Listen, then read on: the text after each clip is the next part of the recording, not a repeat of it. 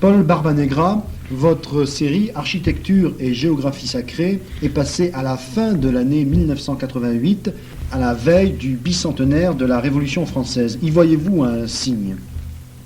Je vois plus qu'un signe, point, je vois presque un signe providentiel.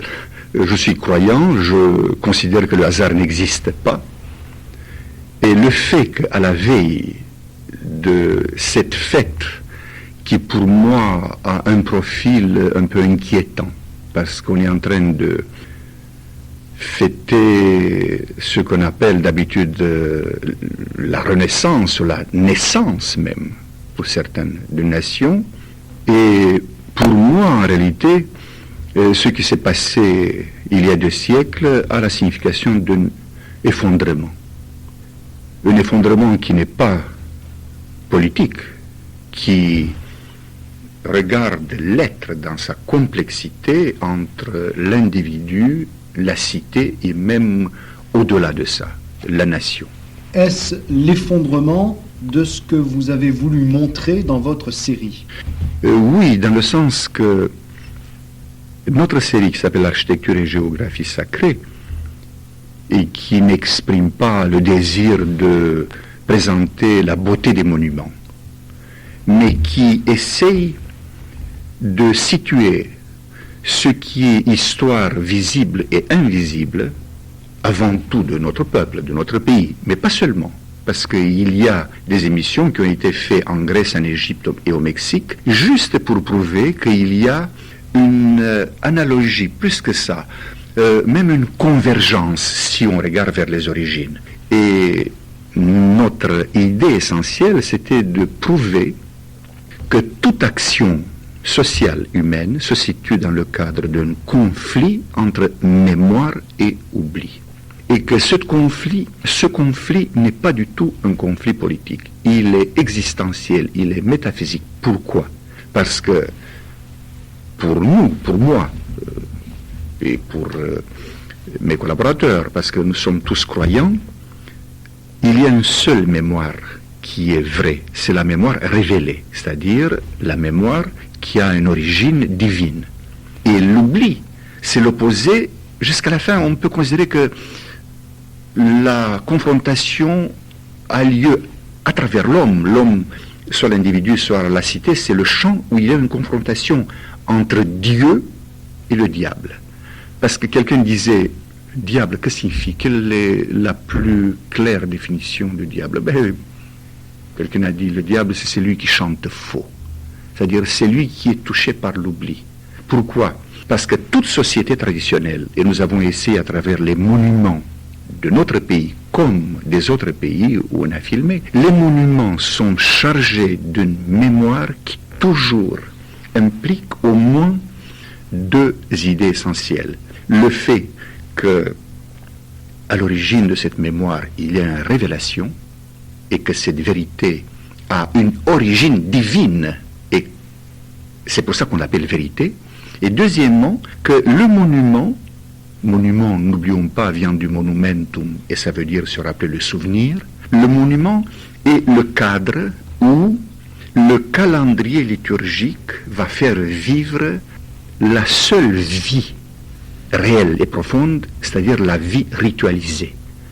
Et à travers ces rites qui sont toujours en état d'analogie sur le plan de la signification avec les monuments, on arrive à comprendre pourquoi, jusqu'à la Révolution française, mais bien sûr que ça n'a pas commencé d'un seul coup avec la Révolution française. La Révolution française est le moment où l'effondrement a lieu, mais les origines de cette catastrophe se perdent dans les siècles antérieurs, et nous n'avons pas le temps maintenant de traverser toutes les tentatives. Mais je pourrais vous dire que la Grèce antique a vécu presque le même phénomène, et entre la Grèce archaïque, la Grèce homérique et la Grèce de Périclès, que nous appelons aussi par malentendu, comme nous appelons par malentendu le XVIIIe siècle, le siècle des Lumières, nous appelons par malentendu le siècle le plus pauvre en ce qui concerne le contenu spirituel de la Grèce, on l'appelle le miracle grec.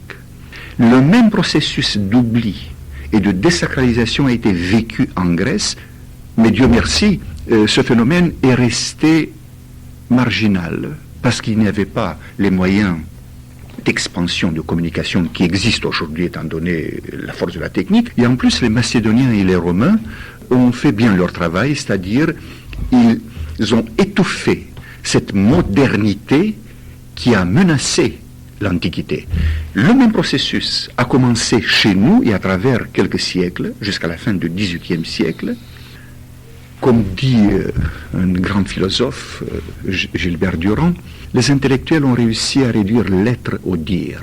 Ce qu'il dit est valable aussi pour la Grèce comme pour ce qui s'est passé en Europe. C'est-à-dire, ce qui était vie d'une complexité inimaginable et d'une richesse. Parce qu'en réalité, cet effondrement, c'est surtout, dans le sens de ce qui nous intéresse maintenant, l'effondrement d'une capacité essentielle que la vie avait affirmée, c'est-à-dire sa capacité signifiante. Les gens d'avant la Révolution ont vécu dans un monde qui était riche, où le calendrier donnait un sens à chaque semaine, à chaque fête, chaque moment de la vie, chaque acte de la vie était en état d'analogie et de relation, d'ordre spirituel, c'est-à-dire symphonique, avec le monde entier. Tout ce qui était fait était récupéré et placé dans un horizon qui visait l'horizon du monde créé. Pourquoi? Parce qu'il y avait cette idée que le monde a été créé, que nous sommes les fils d'un créateur et que nous sommes tous frères entre nous. Comme dit très bien Eliade, qui m'a aidé énormément à comprendre tous ces problèmes. Et pour cette raison, j'ai mis Eliade en tête. Si Dieu n'existe pas, tout est cendre. Donc il y avait cette idée de base, et nous avons vécu l'effondrement d'une société qui avait cette idée comme élément axial.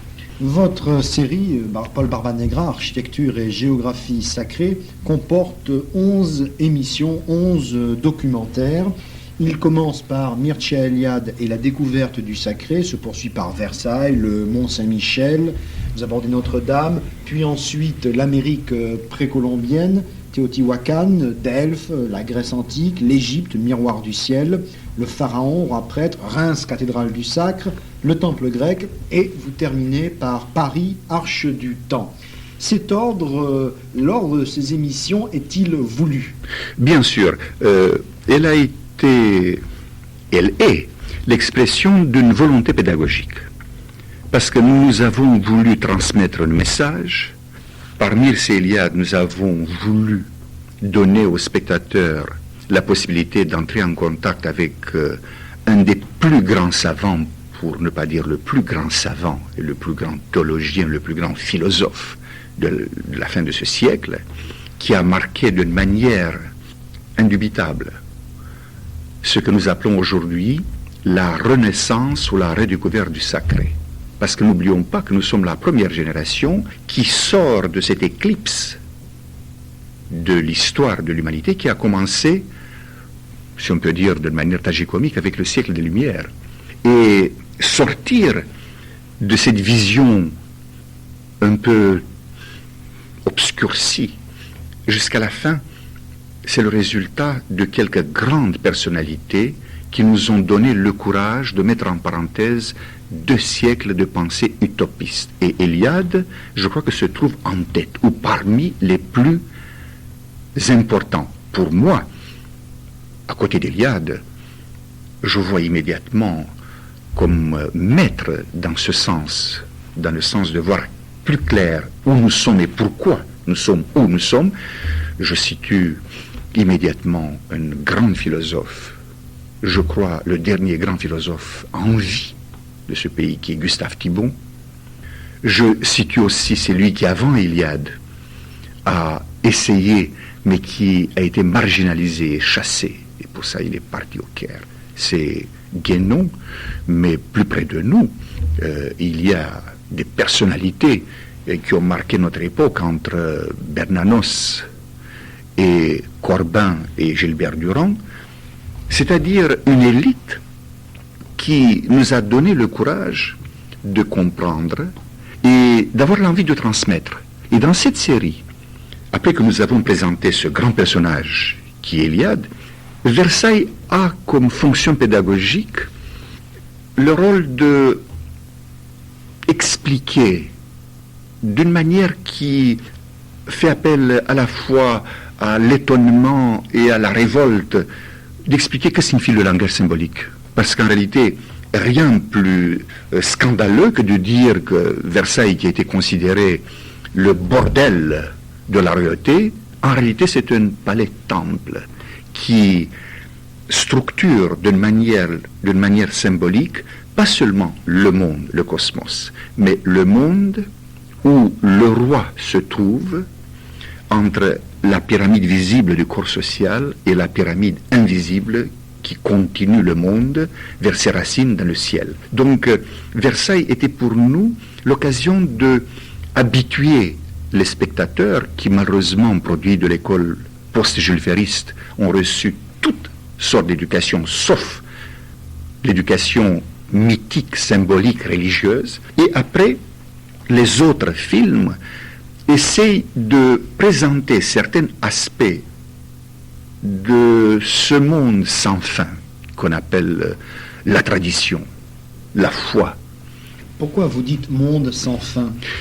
Parce qu'il y a, je crois, rien de plus compliqué que de vouloir apprendre et comprendre la vision théocentrique. Parce que n'oublions pas que jusqu'à la Révolution et même plus près de nous, à travers certains survivants, la vision du monde avait au centre Dieu. Et pour ça, on l'appelle théocentrique. Pour moi, c'est ça la meilleure définition de ce qu'on peut appeler vision traditionnelle.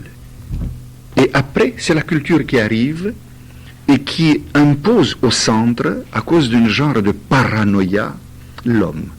Et cet anthropocentrisme va dénaturer la vision et va réduire toute, au commencement, à l'homme comme espèce, à l'homme dans le sens noble de l'être humain, mais doucement, doucement, à un individu charmeur, intelligent, cultivé, qui va faire un pas en avant, mais vers la décadence, en poussant ce que nous appelons conception du monde vers l'idéologie. L'idéologie, c'est quoi? C'est la vision du monde où, si nous sommes quatre, nous avons tous les quatre le droit d'avoir une autre opinion par rapport à ce qui est le monde, par rapport à ce qui est la vie, la mort, l'existence, l'être, etc. C'est-à-dire le grand désarroi dans lequel se trouve la pensée de tout ordre, artistique, philosophique, scientifique, historique, etc., après cette tragique fausse libération qui nous a été offerte par la Révolution française, qui, étant donné qu'elle était française, et étant donné que la France a une force énorme d'exemplarité, elle est devenue mondiale. Parce que n'oublions pas que la Révolution française a mis en marche et a contaminé le monde entier des idées qui n'étaient pas françaises, qui étaient soit anglaises, qui venaient soit de Genève, soit de Hollande. Il y avait toutes ces idées autour de nous. En Angleterre, la révolution, entre guillemets, a été vécue avec toutes les séquences du film, jusqu'à la mort du roi. Mais pour convaincre la planète à s'assumer cette idée aberrante que le progrès doit remplacer la liturgie, c'est-à-dire la vision liturgique, la vision théologique, pour ça, il fallait que l'exemple devait prendre racine en France, à Paris. Et dans notre série, nous avons suivi d'une émission à l'autre les divers aspects de la tradition. Pour moi, le film qui prouve le sommet de ce qui a été notre société, c'est Reims. Pourquoi? Parce qu'à travers la richesse inépuisable de ce qui est symbole dans tous les détails du rituel du sacre, se trouve pas seulement l'explication de ce qui est le roi, de sa fonction sacrificielle, de sa fonction qui explique son nom de lieutenant de Christ sur la terre, de roi très chrétien, mais dans le sacre, il y a des réponses à tous les problèmes qui regardent la mission de la France, les structures de ce pays, les obligations de chaque individu pour participer à une dynamique ascendante qui faisait que tout ce qui était action avait comme but de faire monter vers le ciel cette réalité, parce que n'oublions pas que nous sommes après la chute. Et si on oublie le péché, on ne peut pas comprendre pourquoi des églises, pourquoi des liturgies, pourquoi cet effort de sauver quelque chose. Il y a toujours cette idée que dans ce que nous faisons, il y a un but, retrouver la plénitude paradisiaque qui s'annonce dans les textes et qui va venir à la fin des temps. Mais pour pouvoir expliquer toute la richesse du roi très chrétien, du roi presque prêtre, parce que le roi français, le monarque français, était le seul qui recevait l'onction sur la tête, c'est-à-dire comme l'évêque. Pour cette raison, il était appelé évêque du dehors. Ça par rapport aux autres rois chrétiens. Mais parce que j'ai rencontré des intellectuels français qui considéraient que la royauté française, c'est l'expression d'une certaine fantaisie ou d'une certaine malhonnêteté. Il y avait des conditions historiques. J'ai mis avant, on a mis, moi avec mes collègues, on a mis avant Reims le film sur le pharaon, sur le roi prêtre, parce que les mêmes intellectuels qui regardaient avec réserve le sacre de Reims étaient d'accord que tout ce qui se passait en Égypte était raisonnable, logique, vrai, profonde. Et j'ai voulu donner des éléments aux spectateurs pour mieux comprendre la fonction sacrificielle et surtout la légitimité divine de la monarchie française. Pour arriver vers la fin, à ce qui était pour nous l'essentiel, c'est-à-dire nous poser la question pourquoi la France, qui a été, n'oublions pas, fille aînée de l'Église, est devenue jusqu'à la fin, par sa capitale, par Paris, l'endroit d'où les idées révolutionnaires, une fois mises en marche, ont contaminé la planète. C'est une nouvelle Babylone, Paris ?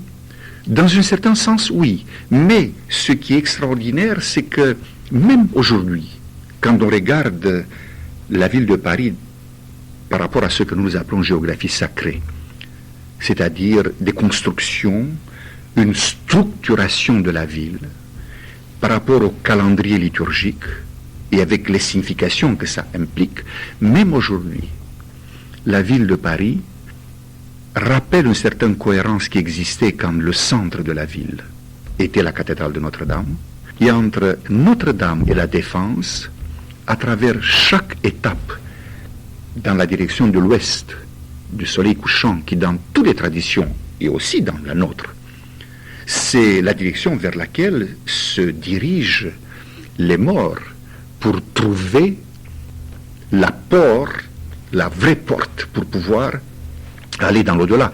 Saint Michel est présenté comme le gardien de cet endroit où il reçoit les morts, pas pour l'anéantissement comme les païennes s'imaginent, mais pour la vraie vie qui commence en réalité après la mort.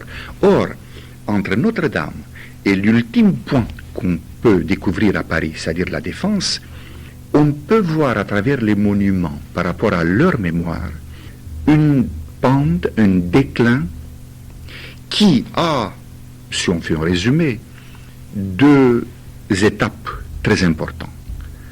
Deux étapes importantes, pourquoi? Parce que dans la place de la Concorde, par la décapitation du roi, comme disait même Renan, il ne s'agit pas, même Renan, il ne s'agit pas de l'assassinat de quelqu'un, il s'agit d'un suicide d'un peuple. Là-bas, quand la tête du roi a été coupée, en nous rappelant la décapitation de Saint-Denis, presque. En réalité, ce personnage, avec une fonction méta-historique et méta-réelle, qui était le roi, et qui, comme je vous avais dit avant, maintenait en liaison, faisait assurer la liaison entre la pyramide du corps social et la pyramide céleste, une fois que la liaison a été coupée, l'histoire, comme nous disons dans le film, est devenue horizontale. C'est-à-dire la dynamique ascensionnelle, cette montée vers le ciel qui était assurée par tout ce qui était promis au roi et par le roi pendant le sacre, après sa mort, sa décapitation est devenue un échec, pas pour la monarchie française, mais pour nous tous. Parce que depuis, nous sommes dans cet état de déplacement dans une horizontalité presque sans aucune signification positive, structurante. Votre dernière émission s'intitule Paris, Arche du Temps. Dans cette émission, vous avez peut-être récapitulé tout ce que vous avez dit dans les émissions précédentes et vous l'avez peut-être synthétisé. Vous avez parfaitement raison dans le sens que sur ce trajet entre Notre-Dame et la Défense, nous avons repris directement ou indirectement tout ce que toute la série a affirmé. C'est-à-dire, je répète, le fait que si Dieu n'existe pas, tout est cendre, que le sacré est consubstantiel à l'être, que le sacré alimente et donne un sens, une signification à tout, et que l'oubli du sacré, c'est-à-dire la désacralisation, nous donne jusqu'à la fin une banalisation.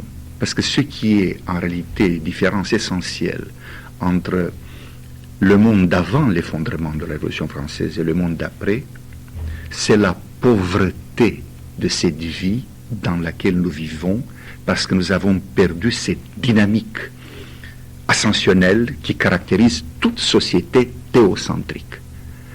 En vieillissant, je réalise que accepter ou ne pas accepter le roi n'est pas un problème d'ordre idéologique et politique.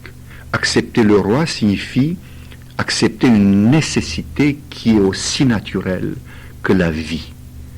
Et que renoncer à la monarchie signifie s'inscrire dans une fausse liberté qui est menacée par tous les périls et par toutes les aventures. Et nous voyons sur cet itinéraire entre Notre-Dame et la Défense, le premier grand, entre guillemets, aventurier de l'histoire de l'humanité, même si nous avons un grand respect pour son génie militaire et surtout comme homme de droit qui a été Napoléon.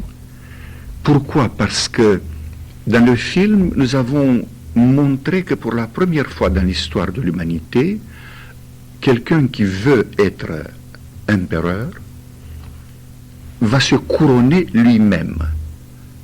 Par cet acte, il renverse des milliers, peut-être des dizaines de milliers d'histoires humaines. En réalité, le désordre par rapport à notre discussion commence dans le monde ce jour-là quand quelqu'un décide de s'offrir à lui-même cette légitimité qui ne pouvait pas venir que d'en haut. Et après, on se dirige vers la Défense où s'incarne ce que vous disiez avant, c'est-à-dire les Babylons d'aujourd'hui. C'est-à-dire des constructions touchées par la quantification, mais qui sont amnésiques. Paul Barbanegra, vous avez été aidé pour ces séries d'émissions architecture et géographie sacrée par différentes personnes de qualité, pourrait-on dire, qui vous ont, je crois, beaucoup apporté également. C'est-à-dire, je suis le maître d'œuvre étant donné mon métier, je n'ai aucune qualité particulière, j'ai compris certaines choses plus facilement parce que j'ai vécu 20 années dans un régime communiste où ces idées que nous discutons ici ont vécu leur faillite définitive. Donc je suis arrivé ici bien guéri de tout espoir utopiste. Mais grâce à des grands maîtres, comme je vous avais dit, comme Elia Thibon et d'autres, j'ai réussi à comprendre, mais pour travailler, j'avais besoin des collaborateurs. Et j'ai eu la chance de rencontrer des gens d'une très grande qualité qui ont été à côté de moi et qui m'ont beaucoup aidé. Et je pense à Jean Faure, mon principal collaborateur, à Fernand Schwartz, qui m'a aidé surtout pour les films que j'ai fait au Mexique, en Grèce et en Égypte, à des grandes intellectuels marginalisés d'une manière qui, je pourrais dire, accuse notre société. Et je pense à quelqu'un comme Henri Montaigu, ou je pense à un grand esprit peut-être que le plus compétent parmi ceux qui ont étudié l'Égypte, Christian Jacques, qui commence à s'affirmer et qui a devant lui, étant donné sa vision et sa possibilité de comprendre, un avenir extraordinaire.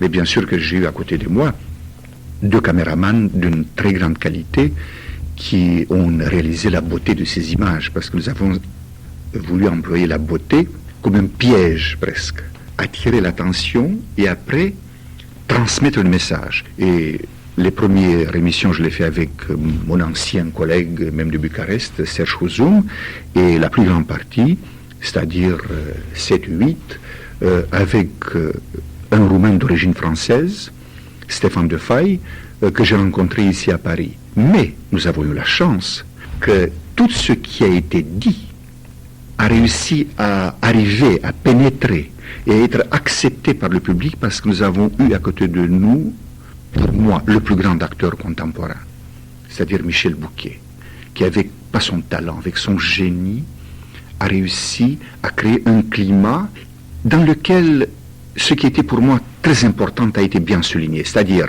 éliminer toute idée de condamnation. Nous n'avons pas voulu être des procureurs qui jugent ou qui accusent. Nous avons voulu suggérer notre fonction des témoins, parce que nous partons de l'idée que nous sommes tous victimes et coupables à la fois. Et cette sagesse, disons, qui appelle le calme, la sérénité, je crois qu'elle a été présente dans le film grâce au talent, à ce pouvoir presque au-delà de l'humain qui existe dans le génie de Michel Bouquet. Après architecture et géographie sacrée, quels sont vos projets? Mais je suis dans la situation de tous ces cinéastes qui ont découvert la tradition, les mythes, les rites, les symboles, qui sont croyants et qui aujourd'hui se trouvent dans une situation, je dirais, tragique. Pourquoi? Parce que notre télévision, pour des raisons que je n'arrive pas à comprendre encore, parce que les gens qui nous dirigent, et qui nous dirigent pas seulement depuis 2 ans, mais qui nous dirigent depuis 4, 5, 6 ans, ont cédé devant une abjection qui s'incarne d'une manière parfaite dans ce champion de l'anéantissement de tout ce qui est culture, qui est M. Séguéla, qui nous a dit une fois, dans une réunion, comprenez bien, l'avenir de la culture s'appelle publicité. J'ai senti l'envie de me suicider ce jour-là. Or, le diable qui s'incarne dans une telle formule, la formule de Séguéla, s'appelle pourcentage d'écoute. Et malheureusement, toute émission qui ne dépasse pas un certain minimum de 15, 20 ou 30% est considérée non rentable par la télévision, parce que celui qui paye la location du temps pour une publicité paye par rapport au pourcentage d'écoute. Et ce diable qui est plus fort que tout le monde va transformer la télévision française comme elle a transformé d'autres télévisions. Je pense avant tout à la télévision américaine, mais à côté de nous, en Italie, en Allemagne, c'est presque la même chose. Va transformer dans une fenêtre qui va s'ouvrir, c'est-à-dire le cadre de télévision, le poste, va devenir une fenêtre qui va s'ouvrir vers le vide. Et ça, c'est périlleux pour nous, ou ennuyeux pour nous, parce que nous avons déjà l'âge à laquelle nous avons compris. Mais c'est très périlleux, c'est assassin pour les jeunes, pour les enfants. Comment on va s'en sortir d'ici? Je ne sais pas. Peut-être qu'un ministre va avoir le courage de séparer la télévision privée, qui peut continuer à vivre par rapport au sponsorat, ça c'est leur problème. Mais je crois que l'État a l'obligation d'instaurer une télévision éducative avec 2 chaînes au moins pour ceux qui commencent l'éducation et pour ceux qui sont en train de vivre la culture dans toute sa plénitude, parce que si une telle chose n'arrive pas, je crois que la France est condamnée à devenir un faubourg sous-culturel de Hollywood ou de Moscou ou de n'importe quel autre exemple triste et tragique qui a réduit la culture à travers la télévision à des nécessités qui n'ont rien à voir avec la pédagogie. Et qui va faire ça? Quand et comment? Je ne sais pas. En ce qui me concerne, j'ai proposé plusieurs séries et pour le moment, il n'y a rien. Et je me considère comme le dernier dans une série qui, en réalité, a des cinéastes infiniment plus importants que les très modestes films que j'ai faits. Je pense à des grandes cinéastes comme Reichenbach ou comme André Voisin et d'autres qui ne travaillent pas, qui font n'importe quoi. Pourquoi? Parce que leur vocation culturelle les a condamnés à une marginalité, à une exclusion presque. J'espère qu'on va s'en sortir d'ici parce que sinon, nos enfants et nos petits-enfants vont être anéantis par un acte criminel, mais qui a un terrible pouvoir de séduction et qui est vraiment l'incarnation du diable et qui s'appelle le vidéoclip. Parce que le vidéoclip qui propose le rien, mais entouré d'une aura de rythme et de mouvements fantastiques, est en train de décapiter, de anéantir l'activité cérébrale à tous ces jeunes qui chaque soir ou chaque nuit regardent ces abjections qui sont les vidéoclips. Pas par leur musique abjection, mais par la nocivité du langage soi-disant cinématographique, mais anti-intellectuel, qui n'est pas seulement proposé, mais imposé. J'espère que cette tragédie va être évitée, parce que sinon, on va se trouver d'ici en 10 ou 15 ans avec des jeunes, et je suis très très conscient de ce que dit, incapables de penser, parce que l'instrument intellectuel se structure. Or, le style des vidéoclips qui commence à contaminer, au-delà du vidéoclip, presque tous les films, et doucement, doucement, tout va devenir vidéoclip comme style, va être capable de réduire tout ce qui est image à une succession sans aucune signification d'images qui va crétiniser ceux qui n'ont pas l'instrument intellectuel déjà structuré comme nous. Et par rapport à une telle perspective, je tire un signal d'alarme et je rappelle qu'en réalité, la télévision et le langage cinématographique auraient pu devenir l'élément essentiel pour enrichir, pour structurer, dans le sens d'un enrichissement, l'instrument intellectuel. Pourquoi? Parce que on avait l'école dans la maison. Il fallait seulement appuyer sur un bouton pour découvrir toutes les époques de l'humanité, tous les continents et surtout la vérité des vérités qui est Dieu. Malheureusement, nous sommes dans une situation dans laquelle, pour le moment, la télévision devient une fenêtre opaque et je dirais même nocive et je dirais même assassine. Paul Barbanegra, je vous remercie et on vous écoute comme on regarde vos émissions avec émerveillement. Je vous remercie beaucoup pour le fait que vous m'avez offert cet honneur de me poser des questions.